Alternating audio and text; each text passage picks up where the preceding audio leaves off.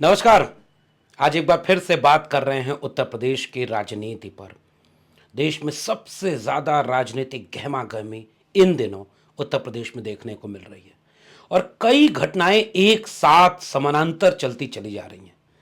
एक तरफ यह लग रहा है कि समाजवादी पार्टी की तरफ से उम्मीदवारों की सूची जारी की जा रही है, जिससे यह संदेश दिया जाए कि समाजवादी पार्टी इस चुनाव को बेहद गंभीरता से लड़ना चाह रही है और वो अपने जहां तय सीटें हैं, जहां उनका पलड़ा भारी है, समीकरण उनके पक्ष में है, वहां उम्मीदवारों की सूची जारी करते जा रहे हैं ताकि वक्त मिल जाए कि वहां वो उम्मीदवार पूरे समय का लाभ उठाकर चुनाव जीतने की पूरी कोशिश कर सकें। वहीं दूसरी तरफ यह देखने को मिल रहा है कि समाजवादी पार्टी से कई लोग नाराज हो रहे हैं, वो बुरे वक्त में घिरती चली जा रही है। वहीं तीसरी तरफ इंडिया गठबंधन के लिहाज से कहें तो ऐसा लग रहा है कि समाजवादी पार्टी और कांग्रेस का गठबंधन बन गया और कभी लगता है कि टूट रहा है। क्या है बीजेपी का उत्तर प्रदेश को लेकर खेल? क्या है बीजेपी का छिपा हुआ पर्दे के पीछे का खेल? इन सारी बातों की पड़ताल आज के विश्लेषण में करेंगे। स्वागत है आप सबका मेरे सोशल मीडिया प्लेटफॉर्म पर। आज की कई खबरें एक साथ सामने आ रही हैं। उत्तर प्रदेश के विपक्षी दलों के सबसे बड़े चेहरे अखिलेश यादव जी ने घोषणा की थी कि वो भारत जोड़ो न्याय यात्रा में अमेठी और रायबरेली में से किसी एक जगह शामिल होंगे। पिछले दिनों जब उनसे पत्रकारों ने पूछा कि आप कहां शामिल होंगे भारत जोड़ो न्याय यात्रा में, तो उन्होंने एक जवाब दिया कि अगर सीटों का बंटवारा नहीं होता है तो इस पर फिर से विचार करना पड़ेगा। और अभी तक उत्तर प्रदेश में कांग्रेस और सपा के बीच सीटों का बंटवारा नहीं हुआ है। अखिलेश यादव जी ने अपने इंटरव्यू में यह भी कहा कि कई बार लिस्ट सपा की तरफ से कांग्रेस को सौंपी गई, कांग्रेस की तरफ से सपा को सौंपी गई, लेकिन अभी तक तालमेल नहीं हो पा रहा है। अभी सूत्रों के जरिए भी कुछ खबरें आ रही हैं। समाजवादी पार्टी की तरफ से 17 सीटें ऑफर की जा रही हैं। 2-3 सीटों पर पेच फंसा हुआ है और अभी यह खबर आ रही थी कि शीर्ष नेतृत्व जो कांग्रेस पार्टी का है, टिकट बंटवारे की जो कमेटी है, वो सारे लोग इस बात से सहमत थे। कहीं तो पेच फंस गया और वो पेच कहां फंसा है, इसको उत्तर प्रदेश की राजनीति को करीब से देखने वाले लोग जानते और समझते हैं। वो पेच फंसा है प्रदेश अध्यक्ष अजय राय की तरफ से, वो पेच फंसा है प्रदेश प्रभारी अविनाश पांडे की तरफ से, वो पेच फंसा है कांग्रेस की तरफ से।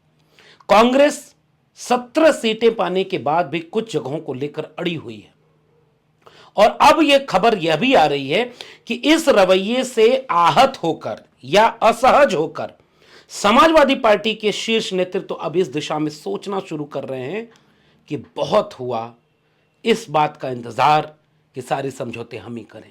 कल तक कांग्रेस कहती थी ना कि इंडिया गठबंधन रहेगा और सारा कुर्बानी कांग्रेस ही करेगी, तो हमारी राष्ट्रीय पार्टी कहां जाएगी? अब तो बहुत सहूलियत मिल गई। बंगाल में क्या हो रहा है, कांग्रेस पार्टी को पूरा स्पेस मिल गया बंगाल में जाकर के अधीर रंजन चौधरी जो दिल चाहे वो करें, क्योंकि वहां गठबंधन टूट चुका है। शायद आप नहीं रोक पाए। अगर आप सबसे बड़ी पार्टी थे तो आपसे सवाल तो बनता है साहब कि सबसे बड़ी जिम्मेदारी और जवाबदेही दोनों आपकी होगी, क्योंकि सबसे ज्यादा लाभ आपको मिलता अगर एक गठबंधन रहता। शायद अगर 200 सीटों तक आप जीत जाते तो प्रधानमंत्री शायद आपका होता। इसीलिए यह सब कुछ जोड़ घटा करके आपने विधानसभा चुनावों में जब 5 राज्य के हो रहे थे तो आपने बहुत सारी चीजें इंडिया गठबंधन की छोड़ दी, पेंडिंग में डाल दी। और आपके नेता जो कमल साथ में दिल में लेकर घूम रहे थे, वो सारे नियम और कायदे तोड़ते चले गए जो इंडिया गठबंधन के अनुशासन ने बनाया था। एक एक करके साथी टूटते चले गए और आप यात्रा में मशगूल थे। सवाल तो पूछा जाएगा और आप राजनीति में हैं तो इस सवाल का जवाब देना होगा। यही नहीं जवाब इसका होगा कि उनको नहीं चिंता है संविधान बचाने की तो हमको क्या चिंता है, मारे तो सभी जाएंगे ना साहब। अगर आप बड़े भाई की भूमिका में थे तो आपको पता होना चाहिए कि 2 दिन अगर आप पटना में बैठे होते तो शायद खेल कुछ और होता, कोशिश होती। और मान लीजिए उसके बाद भी नीतीश कुमार चले जाते तो यह तो कहते कि हमने आखिरी दम तक इसको बचाने की कोशिश की। मगर साहब आपकी कोशिश तो कहीं नजर ही नहीं आ रही। बिहार हाथ से निकल गया, लेकिन फिर भी आपको बिहार में एक योद्धा मिला हुआ है और वो योद्धा तेजस्वी यादव है। उत्तर प्रदेश में भी आपके पास एक योद्धा है, तेजस्वी यादव से कमतर कहीं नहीं है। वो इस योद्धा का नाम है अखिलेश यादव। और आपको पता है कि इस योद्धा के साथ खड़े हो जाएं, क्योंकि बहुत दिन तक तो कोशिश की गई कि बसपा भी साथ आ जाए। मेरे दिल की भी राय अगर आप पूछेंगे तो मैं भी यही चाहता था कि सब मिलकर लड़े, मगर ऐसा लगता ही नहीं कि बसपा चुनाव लड़ रही है। अब इस बात से बहुत सारे लोग नाराज हो जाएंगे, लेकिन जो दिखता है कम से कम उस पर बात तो होगी। उनके जितने सांसद थे वो किसी और जगह से टिकट मांगते दिख रहे हैं, और आप अंदर अंदर कोशिश भी कर रहे थे कांग्रेस या सपा के लोग, तो बसपा प्रमुख के एक ट्वीट आ जाता है, खबरदार जो किसी ने हमसे गठबंधन की बात की, हम अकेले लड़ेंगे, इसलिए हमारे बारे में मीडिया में कोई बात भी मत चलाया करो। तो वो रास्ता तो बंद हो गया। इसलिए कांग्रेस के पास उत्तर प्रदेश में सबसे मजबूत रास्ता क्या बचा था? समाजवादी पार्टी, और आज भी बचा हुआ है। जब हम और आप इस वीडियो में बातचीत कर रहे हैं तब तक यह ऑफर जा चुका है कि 17 सीटें कांग्रेस पार्टी को समाजवादी पार्टी की तरफ से साझेपन के साथ दी गई। एक कूटनीतिक रणनीति क्या होती पता है? अगर दिल में यह साफ होता कि किसी भी हद तक जाकर यूपी में हमें सपा के साथ मिलकर लड़ना है, तो जैसे सपा अब तक अपने 32 कैंडिडेट जारी कर चुकी है, यानी आधे टिकट सपा ने जारी कर दिए हैं, तो आप भी 17 में से 7 टिकट तो जारी कर सकते थे कि चलो भाई ये 7, 8, 10, 12 सीटें कांग्रेस के पास जो पुख्ता हो गई हैं, ये देखो हमारी तरफ से गठबंधन की जारी हो गई कि इन 10-12 सीटों पर कांग्रेस की तरफ से गठबंधन के उम्मीदवार अमुक अमुक व्यक्ति होंगे। तो गठबंधन की गुंजाइश मजबूत होती, दावेदारी मजबूत होती, और जिन सीटों को लेकर उलझन है, विवाद है, शीर्ष नेतृत्व बैठ करके उस विवाद को सुलझा लेता।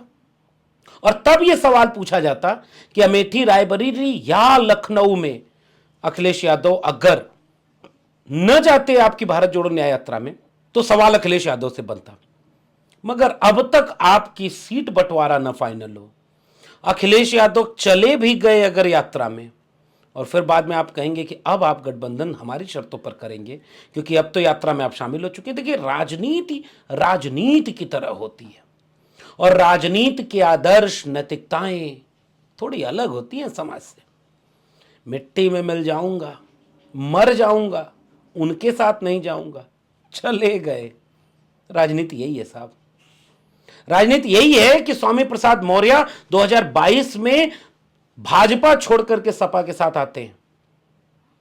स्वामी प्रसाद मौर्य अच्छे नेता हैं, हम सब ने उनका साथ दिया और आज भी उनके वैचारिक और मिशन के आंदोलन के साथ खड़े हैं।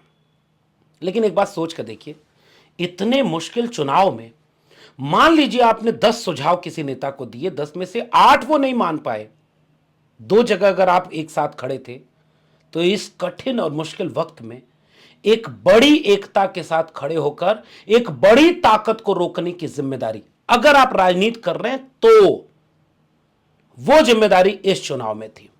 अगर आपको मिशन चलाना है, आंदोलन चलाना है, तो उसके लिए यह बिल्कुल उचित निर्णय है कि आपने पार्टी छोड़ दी और आप मिशन और आंदोलन को आगे बढ़ाइए। हम जैसे लोग हर जगह पर आपके साथ खड़े रहेंगे, क्योंकि आप बहुजन समाज के विचार की बात करते हैं, आप ईमानदारी आपकी भाषा में दिखती है। जब पाखंड अंधविश्वास के खिलाफ आप बोलते हैं तो हमको लगता है कि हां ये नेता है, लेकिन वो मिशन, आंदोलन और विचारधारा का लंबा संघर्ष है। लेकिन अगर आप पार्टी अलग से बना करके अपने कैंडिडेट उतारने लगे, तो साहब एक बार हम जैसे लोग भी सोचेंगे कि जब हम यहां खड़े होकर कह रहे थे कि जो बाहर हैं यानी सपा और बसपा वह भी एक होकर के चुनाव लड़ें, वहां फिर से आपस में ही टूट हो जाए। इस टूट का राजनीतिक लाभ किसे मिलेगा? मान जाते हैं कि इस टूट का राजनीतिक लाभ आपको थोड़ा मिलेगा, थोड़ा लाभ बीजेपी को मिलेगा, नुकसान गठबंधन का होगा, और अगर गठबंधन नहीं हुआ तो हो सकता है नुकसान इसका सपा को हो। लेकिन साहब जब हारेंगे तो सबका नुकसान है, जनता का नुकसान है। फिर शायद इसकी आलोचना की गुंजाइश भी कम बचे। आप कितने दिन तक लोगों को समझाएंगे? जैसे कांग्रेस पार्टी कितने दिन तक लोगों को समझाएगी कि हम नीतीश कुमार की वजह से हार गए, हम ममता बनर्जी की वजह से हार गए, हम अखिलेश यादव की वजह से हार गए। अरे भाई छोड़ो अखिलेश वखिलेश, याद है ना? और या कितने दिन तक यह बात कही जा सकेगी कि कांग्रेस पार्टी की वजह से सब हार रहे? मुझे लग रहा है यह चुनाव सामान्य चुनाव नहीं है, मिशन, आंदोलन और विचारधारा का काम लंबा है और उसकी भाषा अलग होती है, उसका तेवर अलग होता है, लेकिन वो चुनावी राजनीति से बाहर का होता है। और मेरी इस बात को अगर आप नहीं समझ रहे हैं तो याद करिएगा, मान्यवर कांशीराम ने बसपा के किसके समर्थन के साथ सरकारें बनी है। कांग्रेस के खिलाफ चाहे लेफ्ट पार्टी हो, चाहे समाजवादी पार्टी आ रही हो, कितनी बार वो बीजेपी का समर्थन लेकर के सरकारें बनाई हैं। इसका इतिहास तो इस देश के लोग जानते हैं ना। बसपा कितनी बार बीजेपी के साथ सरकार बनाई है। अगर अमेठी और रायबरेली कांग्रेस के लिए मुलायम सिंह यादव जी छोड़ते थे, मरहूम नेताजी, तो लखनऊ भी छोड़ दिया करते थे। राजनीति के समीकरण अलग होते हैं साहब, वहां का अवसरवाद की परिभाषा भी अलग होती है। तो राजनीति की जाए तो राजनीति को राजनीति की कसौटी से देखना होगा। अगर राजनीति में यह सवाल उठाया जाएगा कि राज्यसभा में पीडीए नहीं था, तो यह भी तो पूछा जाएगा कि लोकसभा के उम्मीदवारों में जब एक तरफा पीडीए है तो तारीफ क्यों नहीं की। संगठन में हिस्सेदारी में अगर पीडीए है तो तारीफ क्यों नहीं की। क्योंकि शिकायत का हक तो है सबको, लोकतंत्र में शिकायत होनी भी चाहिए, मगर अगर शिकायत अपनों से होए तो तारीफ भी तो अपनों की बनती है। इसलिए मेरा मानना है कि उत्तर प्रदेश की राजनीति में पर्दे के पीछे से कोई खेल रहा है तो वो है भारतीय जनता पार्टी, आरएसएस और बीजेपी, और वो सबको नचा रही है। और इस तरह के नचाने में कौन किसके पक्ष में चला जा रहा है, शायद इसका भी कुछ ठीक मूल्यांकन अभी नहीं हो पा रहा। कल्पना करके देखिए कि यही सवाल, भारत जोड़ो न्याय यात्रा कंटिन्यू चल रही है और अभी तक सीट बंटवारा फाइनल नहीं हुआ है। मान लीजिए 2-4 सीटों पर उलझन है तो वो 2-4 सीटें तो बाद में भी निपटाई जा सकती थी। अब कल्पना करिए कि एकजुटता का यह चुनाव, कांग्रेस भी दावा कर रही है कि वो संविधान बचाने का चुनाव है, आखिरी चुनाव है। अखिलेश यादव जी भी लगातार कह रहे हैं कि संविधान बचेगा तब सब बचेंगे, पीडीए ही एनडीए को हराएगा। लेकिन पॉलिटिकल पार्टी के अपने कई तरह के समीकरण होते हैं, और अगर सब में 10 में 5 बातें मिल रही हैं तो भी एकजुटता क्यों नहीं हो पा रही है। विलन कौन है और कितनी दूर तक कौन विलन भरने का, इसका मूल्यांकन तो आने वाले वक्त में किया ही जाएगा। इसलिए मेरा मानना है कि उत्तर प्रदेश की राजनीति में बीजेपी बहुत बड़ा खेल खेल रही है, और बीजेपी चाहती है कि मंदिर बन गया और वहीं बन गया। इसका राजनीतिक संदेश तब जाएगा जब 80 में से 70 या 80 की 80 सीटें हम जीत जाएंगे। इसलिए कई बार पर्दे के सामने से नहीं दिखता कि किसके नाम में कमल जुड़ा है, किसके नाम में नाथ, और किस किस कमल का नाथ कौन कौन है और किन किन पार्टियों में है। इस संकेत को समझना बहुत जरूरी है, और यह इम्तिहान पॉलिटिकल पार्टियों के लिए बार बार है। मैं एक बात बहुत दावे से कहना चाहता हूं, जिसके भी दिल में कमल खिल रहा हो उन सबको कीचड़ में जाने दिया जाए। अगर ईमानदार लोग थोड़े से बचें तो भी वो ईमानदारी से अगर लड़ गए तो बहुत कुछ अभी होना बाकी है, लेकिन ईमानदारी की सख्त जरूरत है। हम जैसे लोगों का फर्ज क्या है, जो उस संविधान विरोधी ताकतों को हराए, साफ तौर पर मैं कह रहा हूं, मैं उनके साथ खड़ा होऊंगा। जो जाति जनगणना की बात करेगा, जो संविधान बचाने की बात करेगा, जो दलित, पिछड़े, आदिवासियों को हक अधिकार दिलाने की बात करेगा। और आज की तारीख में यह बात 2 नेता उत्तर प्रदेश में खुल करके कर रहे हैं। एक का नाम है अखिलेश यादव और एक का नाम है राहुल गांधी, और दोनों की अधिकांश बातें एक साथ हैं। तो फिर तालमेल सीटों का क्यों नहीं बन पा रहा? कौन है जो इसके बीच में बाधा बन रहा है? कौन है जो 2-4 सीटों को इतना बड़ा झगड़ा बना रहा है कि 11 से 17 सीटें हो जाने के बाद 17 में से 10 सीटें तो कांग्रेस घोषित कर देती उम्मीदवार, बाकी पर बैठ के बात होती और लंबे समय तक होती। समाजवादी पार्टी ने अपना एक रणनीतिक कदम उठा दिया, और वो रणनीतिक कदम यह है कि वो किस दिशा में आगे बढ़ेगी। कल्पना करिए, बदायूं की सीट पर धर्मेंद्र यादव जी को फिर से घोषित कर दिया गया था प्रत्याशी। पिछले दिनों समीकरण बदल गए। सलीम शेरवानी साहब ने कहा कि राज्यसभा टिकट बंटवारे में पीडीए नहीं है, नाराज हो गए, हट गए। फिर से ऐसा समय ना आ जाए कि जैसे 2019 के चुनाव में बदायूं सीट फंस गई थी और धर्मेंद्र जी को हार का मुंह देखना पड़ा, वहां शिवपाल सिंह यादव को टिकट दे दिया गया, जो एक जमीनी नेता है, माना यह जाता है कि चुनावों की बारीक रणनीतिक समझ शिवपाल जी को है, ताकि बदायूं सीट निकल सके, इसलिए यह फेरबदल कर दिया गया और कन्नौज और आजमगढ़ दोनों का प्रभारी धर्मेंद्र यादव जी को बना दिया गया। और माना यह जा रहा है कि कन्नौज और आजमगढ़ में से हो सकता है एक जगह पर धर्मेंद्र जी लड़े और एक जगह से अखिलेश जी लड़े, हो सकता है दोनों जगह से कोई और लड़े, लेकिन खेल यह है कि समाजवादी पार्टी ने यह रणनीति बनाई है कि जहां हमारा समीकरण मजबूत है, हम समय रहते अपने प्रत्याशियों को घोषित कर दें और वो समय सदुपयोग करके चुनाव जीत सकें।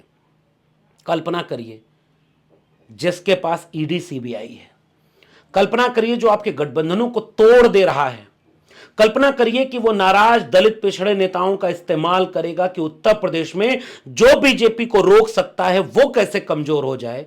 तमाम दलित पिछड़े नेताओं को वो इस्तेमाल कर रहा है। उत्तर प्रदेश की राजनीति को करीब से देखने वाले मेरी इस बात के संकेत को समझ रहे होंगे।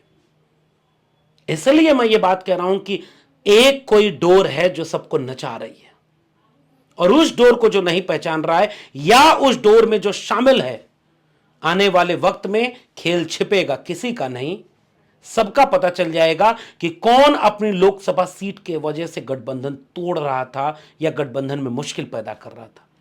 कौन है जो चाहता था कि गठबंधन इस रूप में हो ही ना, कौन है जो चाहता था कि इस तरह से हम उलझें कि हम ही खुद कमजोर दिखें और इसका लाभ बीजेपी को मिल जाए। इसलिए इस बात को उत्तर प्रदेश की राजनीति को समझने वाले लोग ठीक से समझ रहे हैं। अगर आदरणीय मायावती जी चुप हैं और बार बार ये घोषणा कर दे रही हैं हम अकेले लड़ेंगे साहब, खबरदार जो किसी ने मुझसे गठबंधन की बात की, तो इसका राजनीतिक नेतार्थ क्या है? मुझे लग रहा है उत्तर प्रदेश की विवेकवान जनता इसको समझती है। विधानसभा चुनाव में भी बार बार दावा किया गया था अकेले हम सरकार बना रहे हैं, क्या हुआ? इसलिए अगर इस तरह के विचार रहेंगे तो उसका नुकसान एक साथ सबको होने वाला है। और अगर इस सब को मिलकर के न्यूनतम सहमति पर अधिकतम एका नहीं बनाई गई तो राजनीतिक दल तो राजनीति के हिसाब से ही न सोचेंगे, जिसका जहां हित होगा वो कदम उठाएगा। इसलिए उत्तर प्रदेश की राजनीति को बहुत करीब से और गौर से देखते रहिएगा। आने वाले वक्त में आपको समझने के लिए बहुत सारे फॉर्मूले यहां से मिलेंगे। आपको बातचीत कैसी लगी नीचे कमेंट बॉक्स में जरूर बताइएगा। फिर मिलते हैं किसी और टिप्पणी के साथ। बातचीत अच्छी लगे तो चैनल को सब्सक्राइब करिए, शेयर करिए। बहुत बहुत धन्यवाद।